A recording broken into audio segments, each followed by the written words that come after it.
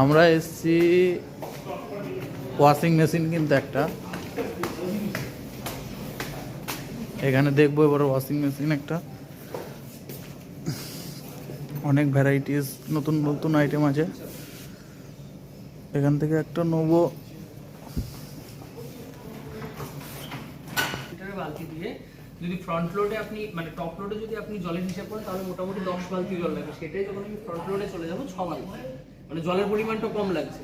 Plus যদি আমি RPM বলি, যেটা রোটেশন পার মিনিট, মানে 1 মিনিটে কতবার আপনার ইয়ে হয়, তো এটা আবার কি জিনিস রে ভাই, জীবনে প্রথমবার দেখলাম।